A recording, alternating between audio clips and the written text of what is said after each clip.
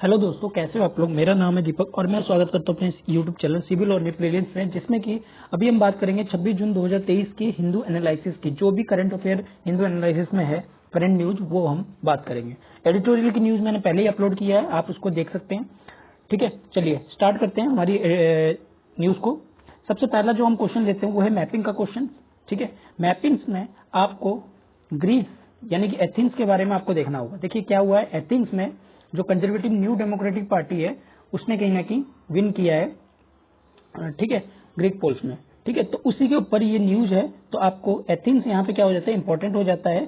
तो एथेंस में आप, एथेंस कहाँ पे है ये ध्यान में रहना चाहिए, ग्रीस में है। ठीक है, और इसके साथ साथ इनकी जो ग्रीस की बॉर्डरिंग कंट्री है उसको भी याद रखना पड़ेगा। जैसे यहाँ पे अल्बानिया हो गया, ठीक है, मैसेडोनिया हो गया,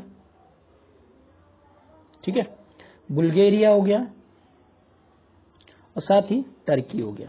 ठीक है, और जो बॉर्डरिंग कंट्री के साथ साथ आपको सीज भी याद रखना है। किस जो इसकी कंट्री है वो किस सी के साथ बॉर्डर लगाती है, एजियन सी, ठीक है, और आयनियन सी यानी कि मेडिटेरियन सी के पास जो है। ठीक है, तो ये चीज जो है आपको ध्यान में रखना है और इसको याद रखना है। ठीक है, अल्बानिया, मैसेडोनिया, बुल्गारिया, ठीक है, और टर्की, और एजियन सी और आयोनियन सी। ठीक है, चलिए आगे बढ़ते हैं। अगला है Modi Sisi ink deal on strategic partnership.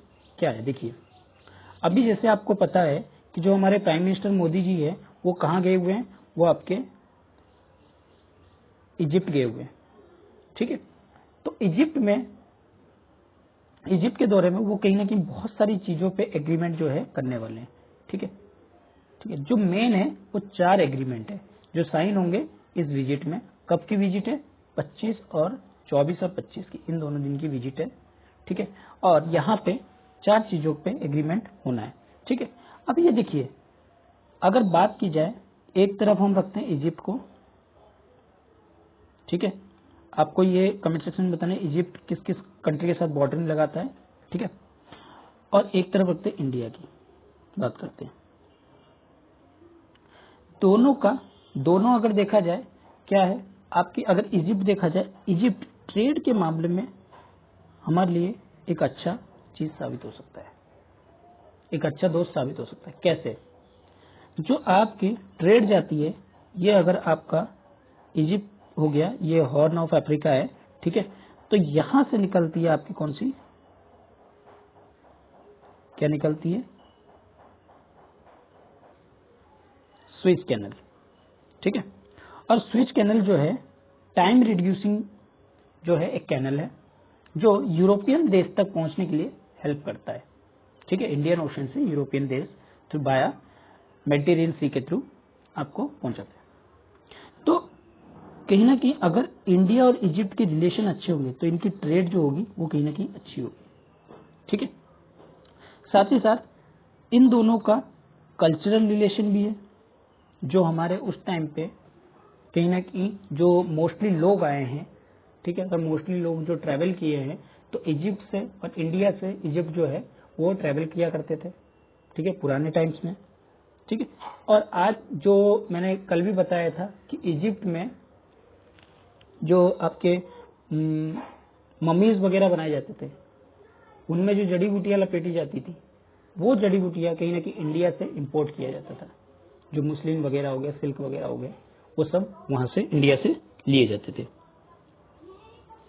तो ये क्या दिखाता है, ये कहीं ना कहीं हमें दिखाता है इनके बायलैटरल रिलेशनशिप को कहीं ना कहीं स्ट्रॉन्ग करने की आज के टाइम पे जरूरत है।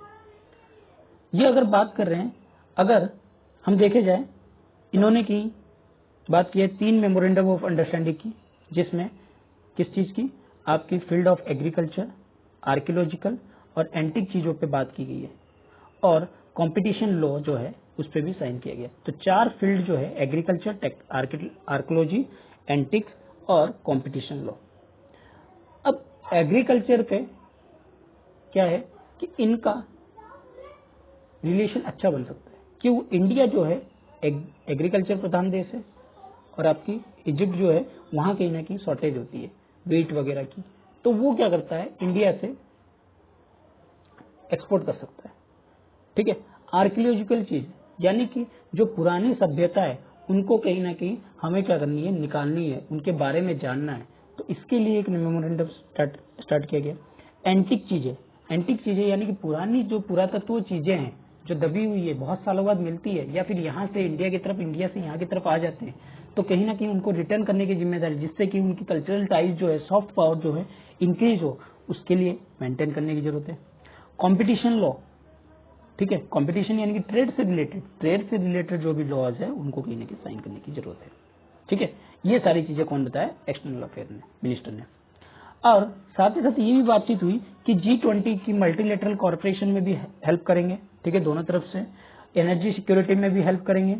एनर्जी सिक्योरिटी आज के टाइम पे जो ज्यादा जरूरी है, क्लाइमेट चेंज और ज्यादा जरूरी है, ठीक है, तो इन पे कहीं ना कहीं इनकी ज्यादा नजरें रहेगी। ठीक है, तो यही चीज यहाँ पे बातचीत हुई है।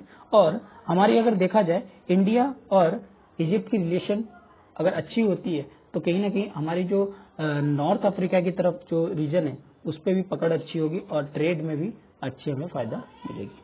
ठीक है, चलिए आगे बढ़ते हैं। अगला है Modi government strangulating MNREGA in the name of digitization. देखिए क्या है, आपको पता है कि मनरेगा में डिजिटाइजेशन को इंट्रोड्यूस बहुत पहले से कर लिया गया। ठीक है, कहने का मतलब 5-6 साल हो गए। अब करने का क्या फायदा है, जो बोगस चीजें हैं, जो बेकार की चीजें हैं, ठीक है, उनको कहीं ना कहीं एलिमिनेट करना। क्या करना, एलिमिनेट करना। ठीक है, जो फेक आईडीज है उनको कहीं ना कहीं रोकना। ठीक है, जिससे कि गवर्नमेंट का पैसा भी सेविंग हो और काम भी हो। ठीक है, ये नहीं कि फेक आईडी बना के वो वेजेस लेके जा रहे हैं और कोई काम भी नहीं हो रहा है। तो इसके लिए क्या कहा गया है कि कल भी मैंने आपको इसको न्यूज को कवर करवाया था कि मनरेगा में डिजिटाइजेशन की बात की गई है, जिसमें कि आपको जो है आधार कार्ड से जो है जॉब को लिंक करना होगा, और जिससे अगर आधार कार्ड और जॉब कार्ड, आज अभी क्या प्रॉब्लम आ रही है कि जॉब कार्ड और आधार कार्ड में जो नेम है उसके मिसमैच की प्रॉब्लम हो रही है। ठीक है, मिसमैच की प्रॉब्लम हो रही है। तो इससे क्या होगा, इससे जो लोग रेगुलरली वर्किंग में है तो उनकी वेजेस क्या है, रह जाएगी। और ये यही चीज को बता रहे हैं कि जो मनरेगा का एम है कि डिस्ट्रेस को मिटिगेट करना, माइग्रेशन है उसको कहीं ना कहीं मिनिमाइज करना, लेकिन टेक्नोलॉजी ने इसको क्या कर दिया, उल्टा कर दिया, यानी कि ये माइग्रेशन को बढ़ा रहा है। इसका मतलब ये है कि लोग काम छोड़ के दूसरी जगह पे जा रहे हैं। क्यों, क्योंकि वे मनरेगा में ना वेजेस ठीक पे मिल रहा है और ना ही टाइमली मिल रहा है और ना ही उस टेक्नोलॉजी के बारे में इतना लोगों को अवेयर है। ठीक है, तो आपको इस तरह के कुछ मैकेनिज्म लेके आना चाहिए जिससे कि आप क्या कर सको, इन सारे प्रॉब्लम्स जो है, प्रॉब्लम्स को सॉल्व कर सको। ठीक है, मानते हैं प्रॉब्लम एक बार में सॉल्व नहीं होगा, तो धीरे धीरे आपको इस पर काम करनी चाहिए। और कहीं ना कहीं ये जो इंट्रोड्यूस किया गया है, जो डिजिटाइजेशन का कॉन्सेप्ट, ये कहीं ना कहीं बेटर है। ठीक है, और एक प्रोग्रेसिव स्टेप की तरफ लेके जाता है, जिससे जो हमारी वेस्टेज है उसको कहीं ना कहीं रोकता है। ठीक है, यहाँ पे जो डाटा दे रखा है वो मैंने आप लोग को कल भी बताया था, इस तरह की डाटा है। तो डाटा तो वैसे भी याद नहीं रखना पड़ता है आप लोग को, इतना डाटा कहाँ याद रखोगे। ठीक है, तो आधार बेस्ड पेमेंट की बात की गई है। तो यहाँ पे क्या बताया गया है, जो आधार बेस्ड पेमेंट है वो टाइमली नहीं हो पा रही है। क्यों, क्योंकि फेक आईडी के वजह से जो नाम है, नाम की अगर एक भी लेटर या स्पेलिंग मिस्टेक होती है तो कहीं ना कहीं जो लिंक है वो नहीं हो पाती है, जिससे कि उनका पेमेंट जो है रुक जाता है। ठीक है, चलिए आगे बढ़ते हैं। आगे बताया Pak army deploying new Chinese cannon on LOC. अब देखिए चाइनीज कैनन की बात की गई है, चाइनीज चीजें जो कितनी अच्छी होती है। ठीक है, और उसको जो है पाकिस्तान डिप्लॉय कर रहा है इंडिया को डिटरेंट करने में। ठीक है, तो यहाँ पे क्या चीज समझनी है, चाइना, पाकिस्तान और इंडिया, ये तीनों क्या है, एक कहते हैं ना बंधन में जुड़े हुए हैं। ठीक है, चाइना पाकिस्तान की हेल्प कर रहा है, पाकिस्तान चाइना की हेल्प कर रहा है, इंडिया इन दोनों की हेल्प के बीच में फंसा हुआ है। ठीक है, जो चाइना का बेल्ट एंड रोड इनिशिएटिव है वो इंडिया के पीओके स्टेट में, तो क्या है ये पीओके के जो बेल्ट एंड रोड इनिशिएटिव है पीओके से गुजर रहा है और इसको परमिशन कहीं ना कहीं पाकिस्तान ने भी दिया है। ठीक है, अगर एक्चुअली देखा जाए पीओके किसका है, पीओके इंडिया का हिस्सा है जो कहीं ना कहीं पाकिस्तान ने कब्जा कर रखा है और यहाँ पे हाइड्रो इलेक्ट्रिक प्रोजेक्ट भी बना रहा है।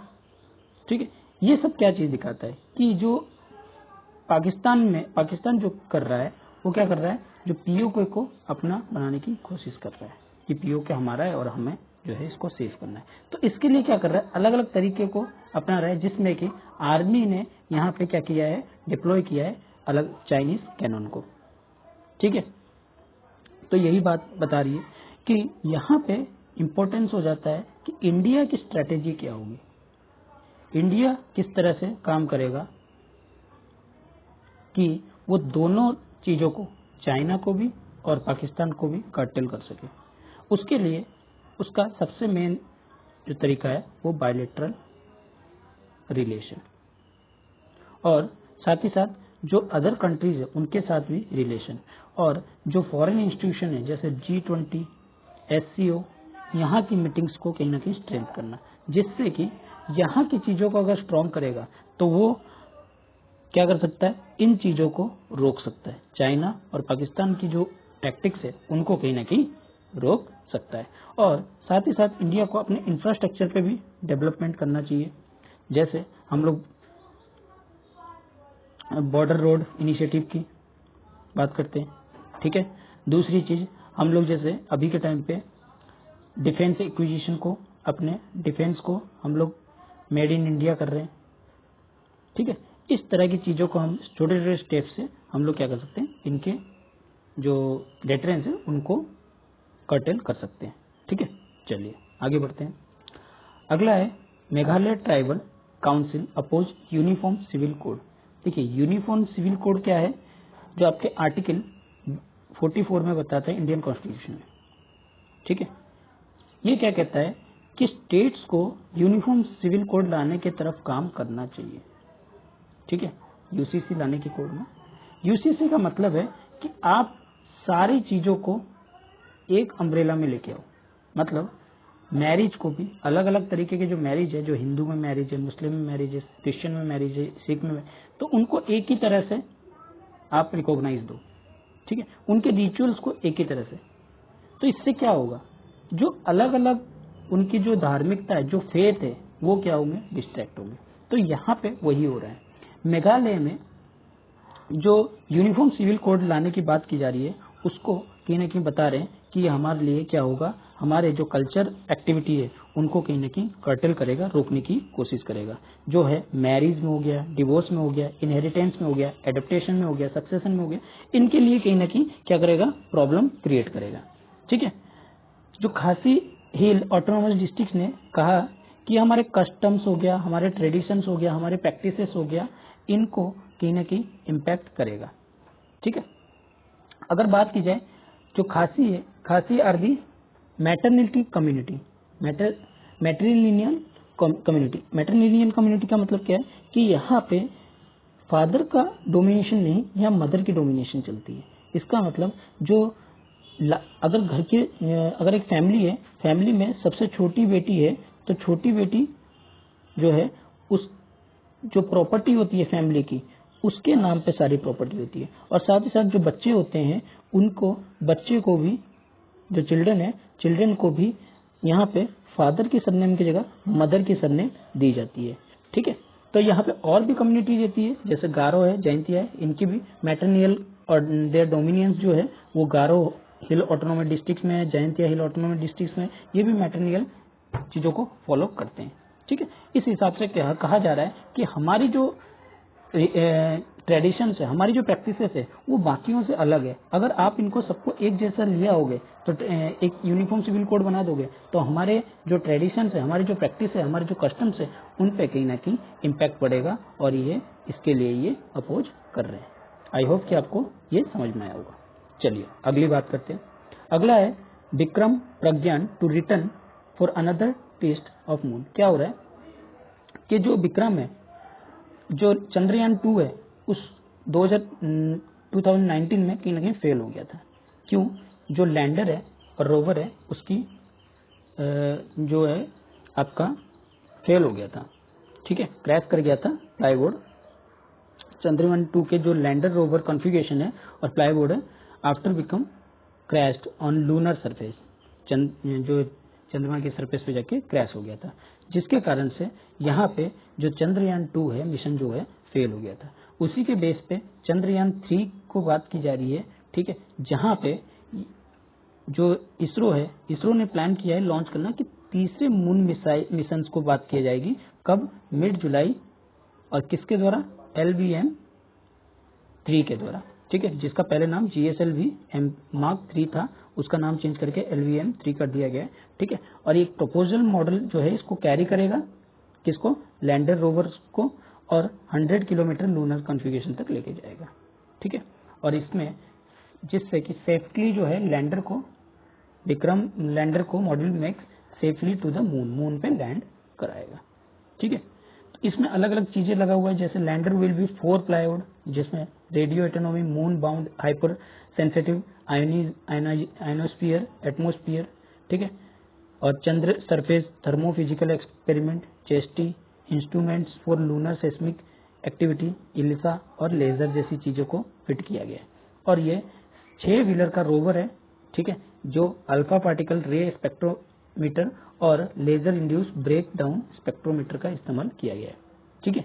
तो ये इन चीजों का यूज करके यहाँ पे जो है बताया गया है, ठीक है, जो कि कब लॉन्च होने वाली है आपकी मिड जुलाई के टाइम पे, और ये कहाँ से, श्रीहरिकोटा से लॉन्च होने की बात की गई है। चलिए आगे बात करते हैं। क्या हुआ है, एक और ट्रेन जो है वो कॉलिजन हुआ है, कॉलिजन तो नहीं, कॉलिजन भी और साथ में डीरेल हुआ है। और यहाँ पे ये बताया जा रहा है कि लोको पायलट की गलती है, लोको पायलट की गलती है। क्या हो गया है कि रेड लाइट था सामने, लेकिन ट्रेन ने क्या किया, रेड लाइट जंप करके उसको पार कर गया, जिससे कि वो आगे जो मेंटेनेंस वाली ट्रेन थी उससे जाके टकरा गया और डीरेल हो गया। तो इसमें ये सब हो क्यों रहा है, क्योंकि कहीं ना कहीं ट्रेनिंग की कमी है, इंफ्रास्ट्रक्चर की कमी है। तो हमें क्या करना पड़ेगा, इन चीजों पे फाइनेंशियल चीजों को स्टेबल करना पड़ेगा। तो अगर इन चीजों पे काम किया जाए तो कहीं ना कहीं हम लोग क्या कर सकते हैं, जो ये प्रॉब्लम आ रही है ट्रेन कोलिजन की, उसको रोक सकते हैं। तो इसमें रोबस्ट तरीके से हमें काम करना पड़ेगा। ये नहीं सिर्फ ट्रेनिंग दे दिए हो जाएगा, इंफ्रास्ट्रक्चर दे, सारी चीजों को मिला के, और आपको 24/7 आवर का आपको मेंटेनेंस भी रखना पड़ेगा। यानी कि ट्रेन जिस वजह से कॉलिजन हो रही है वहां पे कहीं ना कहीं लोगों को अवेयर रखना पड़ेगा, ताकि लोग अपना काम ठीक से कर सके, ठीक है। तो यहाँ जो लोको पायलट है और जो उसके 2 साथी है, जो चीफ लोको आपके इंस्पेक्टर है, उनको कहीं ना कहीं सस्पेंड कर दिया गया है। और ये किस वजह से हुआ है, overshooting the red signal consider grave offence और can be cost loco pilot other thing their job, ठीक है। चलिए, तो आई होप कि आपको आज का लेक्चर अच्छा लगा होगा, और अच्छा लगा तो इसको लाइक कीजिए, शेयर कीजिए और सब्सक्राइब करना ना भूलिए। Thank you.